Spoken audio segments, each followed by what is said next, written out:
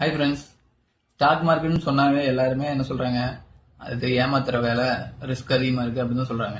அப்ப அந்த ஏமாத்திட்டு போயிட்டாங்க, ஸ்டாக் மார்க்கெட்ல பணத்தை போட்டு ஏமாந்துட்ட அப்படின்னு சொல்றதுமே, ஸ்டாக் மார்க்கெட்னாவே ரிஸ்க்னு சொல்றதுக்கு ஒரு சின்ன 3 ரீசன் தான் இருக்கு. அந்த 3 ரீசன் என்னன்னு கேட்டீங்கன்னா, ஃபர்ஸ்ட் ரீசன், நம்மளே கத்துக்கிட்டு ஸ்டாக் மார்க்கெட்னா என்ன, ஸ்டாக்னா என்னன்னு சொல்லிட்டு இன்வெஸ்ட்மெண்ட் பண்ற யாருமே லாஸ் ஆகல.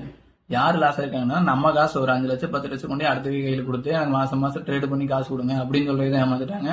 அதெல்லாம் பாத்தீங்கன்னா அவையிலே டைரக்டா இன்வெஸ்ட் பண்ணாம நம்ம கிட்ட இருக்கிற ஒரு 5 லட்சத்தை கொண்டு போய் வேற ஒருத்தர் கொடுத்துட்டு அவன் ஏதாச்சும் ஒரு தேவையில்லாத கம்பெனில போட்டு அவனுக்கு ப்ராஃபிட் வந்துட்டு எடுத்துட்டு போயிருப்பியா. ஆனா நம்ம கையிலுக்கு பாத்தீங்கன்னா ஒண்ணுமே கிடைச்சிருக்காது. இந்த மாதிரி பண்ற விதம் பாத்தீங்கன்னா ஸ்டாக் மார்க்கெட்டை ஏமாத்துற வேலை, ஸ்டாக் மார்க்கெட்டே ஒண்ணும் கிடையாது அப்படின்னாங்க. ஆனா இதே இதுல பாத்தீங்கன்னா ஸ்டாக் மார்க்கெட்ல ஓனா கத்துக்கிட்டு ஓனா படிச்சு அமௌண்ட் போறவெல்லாம் பாத்தீங்கன்னா ஸ்டாக் மார்க்கெட்ல ஒன்னும் ரிஸ்க பேஸ் பண்ண கிடையாது. அதுலதான் பாத்தீங்கன்னா அது எல்லாத்துக்கூட அவிதான் பாத்தீங்கன்னா ப்ராஃபிட் இது பண்ணிட்டு இருக்காங்க.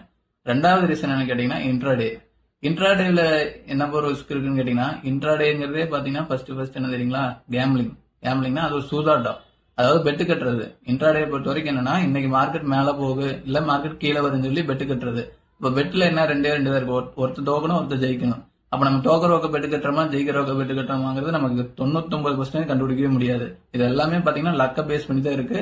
லக்க தாண்டி ஒண்ணு இருக்கு, நல்லா படிச்சா அதுல ப்ராஃபிட் பார்க்கலாம். ஆனா படிக்கிறதுக்கு தேவைன்னு பாத்தீங்கன்னா கடல் மாதிரி இருக்கு. நம்ம 4 வருஷம் இன்ஜினியரிங் முடிச்சுட்டே மாசம் 10,000 ரூபாய் சேலரி வாங்க போறோம்.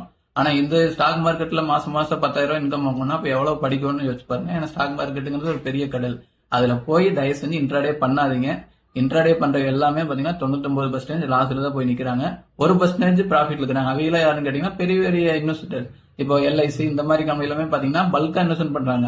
அவையெல்லாம் ஒரு ட்ரேட் எடுக்கணும்னா இன்ட்ராடேல 1 கோடி 2 கோடி போட்டு ட்ரேட் எடுக்கிறாங்க. ஆனா நம்ம வேற 5,000 10,000 வச்சுட்டு போய் ட்ரேட் எடுக்கணும்னு நினைச்சா தான் கண்டிப்பா இன்ட்ராடேல லாஸ் தான் மேக் பண்ண முடியும். அதனால தயவு செஞ்சு இன்ட்ராடே பண்ணாதீங்க. அப்படி பண்ணணும்னு ஆசைப்பட்டவங்க அதை பத்தி ஃபுல்லா தெரிஞ்சுக்கிட்டு அதுக்கப்புறம் இன்ட்ராடேல போங்க. ஆனா இன்ட்ராடேங்கிறது 99% லாஸ். இதை தெரிஞ்சுக்கிட்டு அதுக்கப்புறம் அதுல உள்ள காலத்து. மூணாவது ரிஸ்க் என்னன்னு பாத்தீங்கன்னா இன்வெஸ்ட்மெண்ட்ல என்னப்பா ரிஸ்க்னு கேட்டீங்கன்னா, இன்னைக்கே போட்டு நாளைக்கே இருக்கணும்னா எந்த கம்பெனிலுமே பாத்தீங்கன்னா ப்ராஃபிட் தர மாட்டாங்க. ஏன்னா ஒரு கம்பெனி டெவலப் ஆகணும்னா 0ல இருந்து குறைஞ்சது 5 to 10 வருஷம் பாத்தீங்கன்னா டைம் வெயிட் பண்ணணும். அப்படிங்கிறப்ப அந்த அளவுக்கு வெயிட் பண்ற கெப்பாசிட்டி இருந்தா தான் நம்ம அந்த ஒரு ஸ்டாக் மார்க்கெட் இன்வெஸ்ட் பண்ணி நமக்கு அதுல ப்ராஃபிட் எடுக்க முடியும். இப்போ எல்லாருமே இன்வெஸ்ட்மெண்ட் என்ன பண்றோம், பேங்க்ல அப்படியே போடுறோம். ஆனா இந்த எப்படி போற காசு என்ன பண்றாங்க, கொண்டே அவங்க ஸ்டாக் மார்க்கெட்ல தான் போறாங்க. அப்படிங்கிறப்ப நம்ம அதை தெரிஞ்சுக்கிட்டு ஸ்டாக் மார்க்கெட் என்ன அதுல எப்படி இன்வெஸ்ட் பண்ணி தெரிஞ்சுக்கிட்டு இன்வெஸ்ட் பண்ணா அதுல கண்டிப்பா லாஸ் ஆகாது. இன்வெஸ்ட்மெண்ட்ல இருக்கிற பெரிய ரிஸ்க் ரொம்ப நாள் வெயிட் பண்ணணும்.